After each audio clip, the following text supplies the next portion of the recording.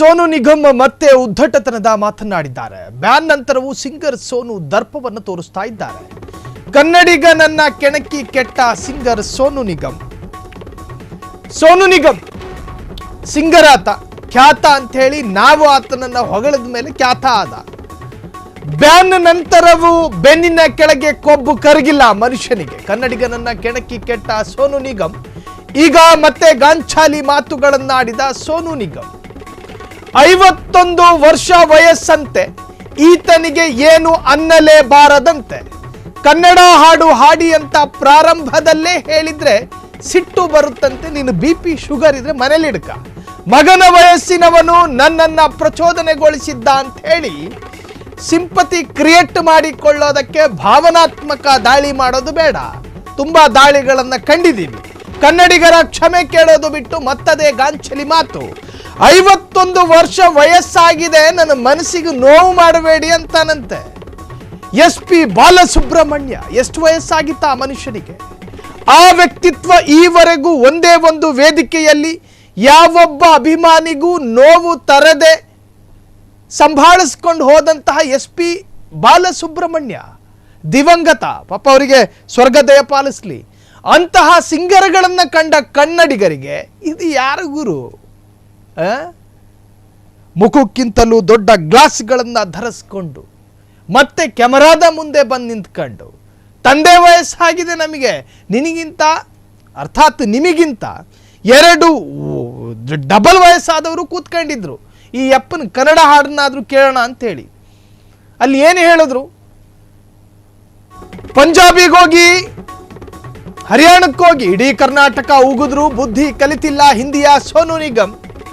ಗುರುತಿಸಿ ಬೆಳೆಸಿದ ಕನ್ನಡಿಗರ ಕ್ಷಮೆ ಕೇಳೋಕ್ಕೂ ಸೋನು ಹಿಂದೇಟು ಹಾಕವ್ರೆ. ಕನ್ನಡಿಗರ ಸ್ವಾಭಿಮಾನ ಕೆಣಕಿದ್ದಲ್ಲದೆ ತನ್ನ ನಡೆ ಸಮರ್ಥಿಸಿಕೊಂಡ ಸೋನು ಕನ್ನಡದಲ್ಲಿ ಹಾಡಿ ಸಂಪಾದನೆ ಮಾಡಿ ಈಗ ಕನ್ನಡಿಗರ ವಿರುದ್ಧವೇ ಮಾತನಾಡುವಷ್ಟು ಸೊಕ್ಕಿನ ಸೋನು ನಿಗಮ್ ಈಗ ಕನ್ನಡ ಚಿತ್ರರಂಗದಿಂದ ಬ್ಯಾನ್ ಆದ್ಮೇಲೂ ಕ್ಷಮೆ ಕೇಳದೆ ತನ್ನ ಮಾತಿನ ಸಮರ್ಥನೆಗಿಳಿದಂತಹ ಸೋನು ನಿಗಮ್ ವಿವೇಕಿ ಕನ್ನಡಿಗರ ನಿರ್ಧಾರಕ್ಕೆ ಬಿಡುತ್ತಿದ್ದೀನಿ ಎನ್ನುತ್ತಿದ್ದಾನೆ. ಅವಿವೇಕಿ ಸೋನು ನಾಲಿಗೆ ಇದೆ ಅಂಥೇಳಿ ಹೆಂಗ ಬೇಕಾದ್ರೂ ನಾಲಿಗೆನ ತಿರುಗಿಸಬಹುದು ಅಂಥೇಳಿ ಬಾಯಿಗೆ ಬಂದ ಹಾಗೆ ಮಾತನಾಡಿದ್ರೆ ಆ ಬಾಯಿಗೆ ಬೀಗ ಹಾಕ್ತೀವಿ. ಮಾತು ಬರಬಾರದು ಹೊರಗಡೆ. ಗಾಂಚಾಲಿ ಭೋಜ್ಪುರಿ ಭಾಷೆ, ಆ ಭಾಷೆಯ ಬಗ್ಗೆ ಮಾತನಾಡಿ ಆ ಊರಿಗೆ ಹೋಗಿ. ನೀವು ಕಾರು ಇರಲ್ಲ, ನೀವು ಓಡಾಡೋದಕ್ಕೆ ಕಾಲುಗಳು ಇರೋದಿಲ್ಲ. ಹರಿಯಾಣಕ್ಕೆ ಹೋಗಿ ಅವ್ರ ಭಾಷೆನ ಹಿಂಗೆ ವ್ಯಂಗ್ಯ ಮಾಡಿ ನೋಡೋಣ. ಅಷ್ಟೇ ಯಾಕೆ, ಆ ಮಹಾರಾಷ್ಟ್ರಕ್ಕೆ ಹೋಗ್ಬಿಟ್ಟು ಮರಾಠಿ ಭಾಷೆಗೆ ಏನಾದರೂ ಮಾತನಾಡಿ ದಮ್ಮಿದೆಯಾ, ತಾಕತ್ತಿದೆಯಾ? ನಾವುಗಳು ಕಿವಿಗೆ ದಾಸವಾಳ ಇಟ್ಕೊಂಡಿದ್ದೀವಿ. ಕನ್ನಡಿಗರು ಪುಕ್ಸಟ್ಟೆ ಸಿಗ್ತಾರೇನು, ಬಿಟ್ಟಿಗೆ ಸಿಕ್ಕಿದಾರ? ನಿಮ್ಮನ್ನ ಕರೆಸಿ ನಿಮಗೊಂದು ವೇದಿಕೆ ಕೊಟ್ಟು ನಿಮ್ಮ ಹಾಡು ಕೇಳೋದಕ್ಕೆ ಸಾವಿರಾರು ಜನರನ್ನ ಸೇರಿಸಿ ಕನ್ನಡಿಗರಿಗೆ ಕೊಟ್ಟ ಮರ್ಯಾದೆ ಇದೇನಾ? ಹೇಳ್ಬೋದು ನೀವು ಮಾತಿನ ಭರದಲ್ಲಿ ಏನೋ ಭಾವೋದ್ರೇಗಕ್ಕೆ ಒಳಗಾಗಿ ಏನೋ ಹೇಳಿಬಿಟ್ಟೆ ಅಂತ. ಮನಸ್ಸಲ್ಲಿರೋದೇ ನಾಲ್ಗೆಲ್ಲಿ ಬರೋದು. ಈ ವೈಜ್ಞಾನಿಕ ಸತ್ಯ ನಮಗೆ ಗೊತ್ತಿಲ್ಲ ಅಂತಲ್ಲ, ಮನಸ್ಸಲ್ಲೇನಿದೆಯೋ ಅದೇ ನಾಲ್ಗೆಲ್ಲಿ ಬರೋದು. ಎಸ್, ಸೋನು ನಿಗಮ್ ವಿರುದ್ಧ ಆಕ್ರೋಶಗಳು ವ್ಯಕ್ತವಾಗ್ತಾ ಇದೆ. ಕನ್ನಡಿಗರನ್ನ ಕೆಣಕಿ ಕೆಟ್ಟ ಸಿಂಗರ್ ಸೋನು. ಎಸ್, ಈ ಬಗ್ಗೆ ಹೆಚ್ಚಿನ ಡೀಟೇಲ್ಸ್ ಅನ್ನ ಪಡೆಯೋಣ. ನಮ್ಮ ಕ್ರೈಮ್ ರಿಪೋರ್ಟ್ ಅಶ್ವಥ್ ಈಗ ನೇರವಾಗಿ ಡೆಸ್ಕ್ನಿಂದ ಲೈವ್ ಆಗಿ ಜಾಯ್ನ್ ಆಗಿದ್ದಾರೆ. ಅಶ್ವಥ್, ಕನ್ನಡಿಗರ ವಿರುದ್ಧ ಮಾತನಾಡಿದ ಆ ಮನುಷ್ಯ SP ಬಾಲಸುಬ್ರಹ್ಮಣ್ಯ ಅವರಿಗೂ 60ಕ್ಕಿಂತ ಹೆಚ್ಚು ವಯಸ್ಸಾಗಿತ್ತು. ಅವರು ಯಾವತ್ತೂ ಕೂಡ ಅಭಿಮಾನಿಗಳಿಗೆ ಅಥವಾ ಯಾವುದೇ ಭಾಷಿಕರಿಗೂ ಕೂಡ ನೋವನ್ನ ಮಾಡಿರಲಿಲ್ಲ. ಯಕಶ್ಚಿತ್ತೊಬ್ಬ ಹಿಂದಿ ಹಾಡುಗಾರ, ಆ ಹಾಡುಗಾರನ ಬಾಯಿಯಿಂದ ನಮಗೆ ಏನೇನೋ ಕೇಳಿಸ್ಕೊಳ್ಳುವಂಥ ಕರ್ಮ ಏನಿದೆ, ಈ ಬಗ್ಗೆ ಹೆಚ್ಚಿನ ಡೀಟೇಲ್ಸ್ ಅಶ್ವಥ್. ಖಂಡಿತ ಸಾಹಿಲ್, ಮಾತು ಹಾಡಿದ್ರೆ ಹೋಯ್ತು, ಮುತ್ತು ಹೊಡೆದ್ರೆ ಹೋಯ್ತು ಅನ್ನೋ ಒಂದು ಗಾದೆ ಮಾತಿದೆಯಲ್ಲ, ಇಂಥವ್ರನ್ನ ನೋಡೇ ಮಾಡಿರುವಂಥದ್ದು. ಯಾಕೆಂತಂದರೆ ಮಾತಾಡಬೇಕಾದ್ರೆ ಬಹಳ ಎಚ್ಚರಿಕೆಯಿಂದ ಮಾತನಾಡಬೇಕಾಗುತ್ತೆ. ಅದರಲ್ಲೂ ಕೂಡ ಒಬ್ಬ ಸೆಲೆಬ್ರಿಟಿ ಮಾತನಾಡಬೇಕಾದ್ರೆ ಅಥವಾ ಅವನು ಏನಾದರೂ ಒಂದು ನಡೆದುಕೊಳ್ಳುವಂತಹ ರೀತಿ ಇದೆಯಲ್ಲ, ಅದು ಬಹಳ ಸೂಕ್ಷ್ಮತೆಯಿಂದ ಕೂಡಿರಬೇಕು. ಇಲ್ಲ ಅಂತಂದರೆ ಈ ರೀತಿಯಾದಂತಹ ಒಂದು ಇಕ್ಕಟ್ಟಿಗೆ ಸಿಲುಕಬೇಕಾಗುತ್ತೆ. ಸೊ ಅದಕ್ಕೆ ಉದಾಹರಣೆ ಏನಂತಂದರೆ ಈ ಸೋನು ನಿಗಮ್ ಬಗ್ಗೆ ಸಾಕಷ್ಟು ಒಂದು ಒಳ್ಳೆಯ ಅಭಿಪ್ರಾಯ ಇದೆ. ಯಾಕೆಂತಂದರೆ ಒಬ್ಬ ಅದ್ಭುತ ಹಾಡುಗಾರ, ಜೊತೆಗೆ ನಾನಾ ಭಾಷೆಗಳಲ್ಲಿ ಆಡಿರುವಂತಹ ಒಬ್ಬ ಖ್ಯಾತ ಹಾಡುಗಾರ, ಖ್ಯಾತ ಸಿಂಗರ್ ಕೂಡ. ಸೊ ಅವರ ಬಗ್ಗೆ, ಅವರ ವ್ಯಕ್ತಿತ್ವದ ಬಗ್ಗೆ ಅಥವಾ ಅವರ ಹಾಡುಗಳ ಬಗ್ಗೆ ನಮಗೆ ಎಲ್ಲಿಲ್ಲದ ಅಭಿಮಾನ, ಎಲ್ಲಿಲ್ಲದ ಪ್ರೀತಿ. ಆದರೆ ಅವರು ಮಾತನಾಡಿರುವಂತಹ ಒಂದು ಮಾತಿದೆಯಲ್ಲ, ಇವತ್ತು ಇಡೀ ಕನ್ನಡಿಗರನ್ನ ರೊಚ್ಚಿಗೇರಿಸುವಂತಹ ಒಂದು ವಾತಾವರಣವನ್ನು ಅವರೇ ತಂದುಕೊಟ್ಟಿರುವಂಥದ್ದು. ಅಂದರೆ ಖಾಸಗಿ ಕಾರ್ಯಕ್ರಮದಲ್ಲಿ ಅವರು ಕನ್ನಡ ಹಾಡುಗಳನ್ನು ಆಡುವಂತಹ ಸಂದರ್ಭದಲ್ಲಿ ಅಥವಾ ಹಿಂದಿ ಹಾಡುಗಳನ್ನು ಹಾಡುವಂತಹ ಸಂದರ್ಭದಲ್ಲಿ ಬಹುತೇಕ ಅಲ್ಲಿದ್ದ ಅಭಿಮಾನಿಗಳು ಕನ್ನಡ ಹಾಡುಗಳನ್ನು ಹಾಡಿ ಅಥವಾ ತಮಗೆ ಇಷ್ಟ ಬಂದಂತಹ ಹಾಡುಗಳನ್ನು ಹಾಡಿ ಅಂತಂತೇಳಿ ರಿಕ್ವೆಸ್ಟ್ ಮಾಡ್ಕೊಳ್ಳೋದು ಸರ್ವೇ ಸಾಮಾನ್ಯ. ಯಾವುದೇ ಸಭೆ ಸಮಾರಂಭದಲ್ಲಿ ಸಿಂಗರ್ಗಳು ಹಾಡುಗಳನ್ನು ಹಾಡುವಂತಹ ಸಂದರ್ಭದಲ್ಲಿ ಅದು ವಾಡಿಕೆ ಕೂಡ. ಅದೇ ರೀತಿ ಆವಲಹಳ್ಳಿ ಪೊಲೀಸ್ ಸ್ಟೇಷನ್ ಲಿಮಿಟ್ಸಲ್ಲಿ ನಡೆಯುವಂತಹ ಒಂದು ಕಾರ್ಯಕ್ರಮದಲ್ಲಿ, ಖಾಸಗಿ ಕಾರ್ಯಕ್ರಮದಲ್ಲಿ ಸೋನು ನಿಗಮ್ ಅವರ ಒಂದು ಕಾರ್ಯಕ್ರಮ ಕೂಡ ಇತ್ತು. ಆ ಕಾರ್ಯಕ್ರಮದಲ್ಲಿ ಕನ್ನಡ ಹಾಡುಗಳೆಲ್ಲ ಹಾಡಿ ಅಂತೇಳಿ ಒಂದಷ್ಟು ಅಭಿಮಾನಿಗಳು ರಿಕ್ವೆಸ್ಟ್ ಮಾಡ್ಕೊತಾರೆ. ಆ ಒಂದು ಸಂದರ್ಭದಲ್ಲಿ ಈ ಸೋನು ನಿಗಮ್ ಅವರು ಏನು ಹೇಳಬೇಕಾಯಿತು ಅಂದರೆ, ನಾನು ಆಮೇಲೆ ಹೇಳ್ತೀನಿ ಅಥವಾ ಹಾಡ್ತೀನಿ, ಈ ರೀತಿಯಾದಂತಹ ಒಂದು ಉತ್ತರಗಳನ್ನು ಕೊಟ್ಟಿದ್ರೆ ಇದು ಇಷ್ಟು ದೊಡ್ಡ ಮಟ್ಟದಲ್ಲಿ ಇಶ್ಯೂ ಆಗ್ತಿರಲಿಲ್ಲ.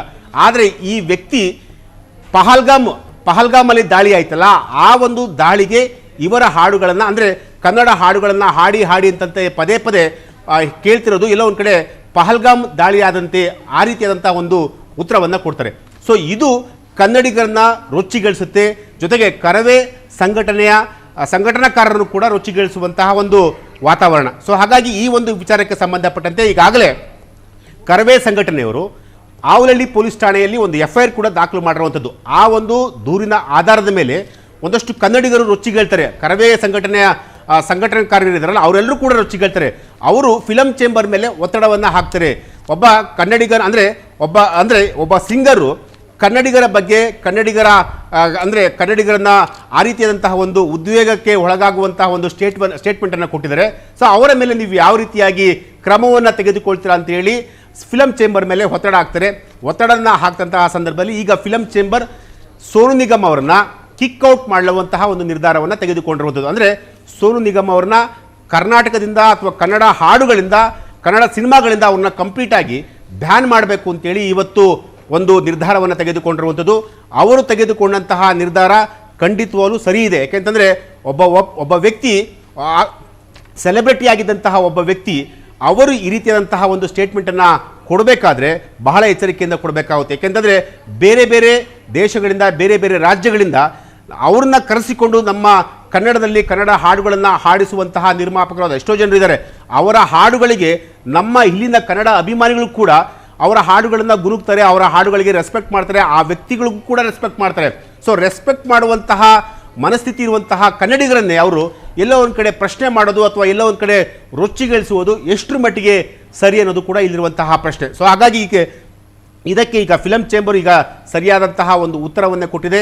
ಸೋನು ನಿಗಮ್ ಅವ್ರನ್ನ ಕಂಪ್ಲೀಟ್ ಆಗಿ ಬ್ಯಾನ್ ಮಾಡಿರುವಂಥದ್ದು ಒಂದು ಕಡೆ ಆದರೆ, ಇನ್ನು ಸೋನು ನಿಗಮ್ ಅವರ ಹಿನ್ನೆಲೆಯನ್ನು ನೋಡೋದಾದರೆ ಈತ ಕೇವಲ ಕನ್ನಡ, ತೆಲುಗು, ತೆಲುಗು ಈ ರೀತಿಯ ಹಿಂದಿ ಇಷ್ಟು ಭಾಷೆಗಳಲ್ಲಿ ಹಾಡಿದಂತಹ ವ್ಯಕ್ತಿಗಳಲ್ಲ. ಸುಮಾರು 13ರಿಂದ 14 ಭಾಷೆಗಳಲ್ಲಿ ಹಾಡುಗಳನ್ನು ಹಾಡಿದಂತಹ ವ್ಯಕ್ತಿ. ಜೊತೆಗೆ ಒಟ್ಟು 6,000 ಹಾಡುಗಳನ್ನು ಹಾಡಿರುವಂತಹ ವ್ಯಕ್ತಿ. ಒಟ್ಟು 32 ಭಾಷೆಗಳಲ್ಲಿ ಇವರು ಹಾಡುಗಳನ್ನು ಹಾಡಿದ್ದಾರೆ. ಜೊತೆಗೆ ಕನ್ನಡದಲ್ಲಿ ಸುಮಾರು 900ಕ್ಕೂ ಹೆಚ್ಚು ಸಾಂಗ್ಸ್ಗಳನ್ನು ಹಾಡಿರುವಂತಹ ಒಬ್ಬ ವ್ಯಕ್ತಿ. ಸೊ ಅವರ ವ್ಯಕ್ತಿತ್ವಕ್ಕೆ, ಅಂದರೆ ಸೋನು ನಿಗಮ್ ಅವರ ವ್ಯಕ್ತಿತ್ವಕ್ಕೆ ಅಥವಾ ಅವರ ಸಿಂಗರ್ಗೆ ಅಥವಾ ಅವರ ಹಾಡುಗಾರಿಕೆಗೆ ಪ್ರತಿಯೊಬ್ಬರು ಕೂಡ ಕನ್ನಡಿಗರು ರೆಸ್ಪೆಕ್ಟ್ ಮಾಡ್ತಾರೆ. ಆದರೆ ಅವರ ಸ್ಟೇಟ್ಮೆಂಟ್ ಇದೆಯಲ್ಲ, ಅವರ ಸ್ಟೇಟ್ಮೆಂಟ್ಗೆ ಯಾರೂ ಕೂಡ ರೆಸ್ಪೆಕ್ಟ್ ಮಾಡಲ್ಲ, ಯಾರೂ ಕೂಡ ರೆಸ್ಪೆಕ್ಟ್ ಕೂಡ ಮಾಡಲೂಬಾರ್ದು. ಸೊ ಈಗ ಫಿಲಂ ಚೇಂಬರ್ ತೆಗೆದುಕೊಂಡಿರುವಂತಹ ನಿರ್ಧಾರ ಇದೆಯಲ್ಲ, ಅದು ಖಂಡಿತವಾಗಲೂ ಸರಿ ಇದೆ. ಇಂತಹ ಹಿಂದಿ ಭಾಷೆಯ ಹಾಡುಗಾರರಿಗೆ ಇದು ತಕ್ಕ ಉತ್ತರ ಆಗಬೇಕು. ಯಾಕೆಂದರೆ ಮುಂದಿನ ದಿನಗಳಲ್ಲಿ ಸಾಕಷ್ಟು ಜನರು ಕೂಡ ಈ ಹಿಂದೆ ಹಲವಾರು ಗಾಯಕರು ನಮ್ಮ ಕನ್ನಡದಲ್ಲಿ ಹಾಡಿದ್ದಾರೆ. ಅವರೆಲ್ಲರೂ ಕೂಡ ಕನ್ನಡದ ಭಾಷೆ, ಕನ್ನಡದ ನೆಲ ಅಥವಾ ಕನ್ನಡದ ನುಡಿ ಇಂತಹ ವಿಚಾರಗಳಿಗೆ ಬಹಳ ಮಹತ್ವವನ್ನು ಕೊಡ್ತಾರೆ. ಆದರೆ ಈ ಸೋನು ನಿಗಮ್ ಅವರ ಒಂದು ಈ ರೀತಿಯಾದಂಥ ಒಂದು ಉದ್ದಟತನದ ಹೇಳಿಕೆ ಇದೆಯಲ್ಲ, ಅದು ಈಗ ಕನ್ನಡಿಗರನ್ನು ಬಹಳ ದೊಡ್ಡ ಮಟ್ಟದಲ್ಲಿ ರೊಚ್ಚಿಗೇಳಿಸುವಂತಹದ್ದು ಒಂದು ವಾತಾವರಣ ಈಗ ಕ್ರಿಯೇಟ್ ಮಾಡಿರೋದು. ಜೊತೆಗೆ ಅಟ್ಲೀಸ್ಟು ಸೆಕೆಂಡ್ ವಿಡಿಯೋದಲ್ಲಾದರೂ ಕೂಡ ಸೋನು ನಿಗಮ್ ಅವರು ಕನ್ನಡಿಗರನ್ನ ಕ್ಷಮೆ ಕೇಳ್ತಾರೆ ಅಂತಂದರೆ ಅಲ್ಲೂ ಕೂಡ ಅವರು ಕ್ಷಮೆ ಕೇಳಿಲ್ಲ. ಅಲ್ಲೂ ಕೂಡ ತಮ್ಮ ಎಂದಿನ ಒಂದು ಉದ್ದಟತನದ ಪ್ರದರ್ಶನವನ್ನು ಅವ್ರು ಮಾಡಿರುವಂಥದ್ದು. ಸೊ ಇದು ಎಲ್ಲ ಒಂದು ಕಡೆ ಕನ್ನಡಿಗರಿಗೆ ಬಹಳ ಬೇಸರವನ್ನು ವ್ಯಕ್ತಪಡಿಸಿರುವಂಥದ್ದು. ಸಾಹಿಲ್, ಥ್ಯಾಂಕ್ ಯು ಅಶ್ವಥ್ ತಮ್ಮೆಲ್ಲ ಡೀಟೇಲ್ಸ್ಗೆ. ಒಟ್ಟಾರೆ ಖ್ಯಾತ ಗಾಯಕನ ಪರಿಸ್ಥಿತಿ ಹೆಂಗಾಗಿದೆ ಅಂತ ಹೇಳಿದ್ರೆ ಹುತ್ತಕ್ಕೆ ಕೈ ಹಾಕಿರುವಂತಹ ಪರಿಸ್ಥಿತಿಲಿ ಅವರಿದ್ದಾರೆ. ಕನ್ನಡಿಗರು ಎಂತಹದ್ದೇ ಮಾತುಗಳನ್ನು ಜೀರ್ಣಿಸಿಕೊಳ್ಳಬಹುದು ಅಂಥೇಳಿ ಈ ಅವಿವೇಕಿ ಈ ತರಹದ್ದೇ ಪದಪ್ರಯೋಗ ಮಾಡಬೇಕಾಗಿ ಬರುತ್ತೆ. ಒಂದು ರಾಜ್ಯದ ಒಂದು ಭಾಷೆಯ ಅಥವಾ ಒಂದು ಭಾಷಿಕರ ಭಾವನಾತ್ಮಕವಾಗಿ ಅವರ ಭಾವನೆಗೆ ಧಕ್ಕೆ ತರುವಂತಹ ಮಾತುಗಳನ್ನಾಡಿ ಕ್ಷಮೆ ಕೇಳುವಂತಹ ಕನಿಷ್ಠ ಸಂವೇದನಾ ಶಕ್ತಿ ಇಲ್ಲ ಈ ಮನುಷ್ಯನಿಗೆ, ಸಂವೇದನಾಶೀಲತೆ ಇಲ್ಲ. ಅದನ್ನು ಕಳ್ಕೊಂಡಿರ್ತಕ್ಕಂತಹದ್ದು ನಿಜಕ್ಕೂ ಕೂಡ ಆಘಾತಕಾರಿ. ಒಟ್ಟಾರೆ ಸೋನು ನಿಗಮ್ ವಿರುದ್ಧ ಈಗ ಆಕ್ರೋಶಗಳು ವ್ಯಕ್ತವಾಗಿರುವಂತಹದ್ದು. ಚಂದ್ರವರದಿಂದ ಆತನನ್ನು ಬ್ಯಾನ್ ಮಾಡುವ ಎಲ್ಲ ಸಕಲ ಸಿದ್ಧತೆಯೂ ಕೂಡ ನಡೆದಿರುವಂತಹದ್ದು.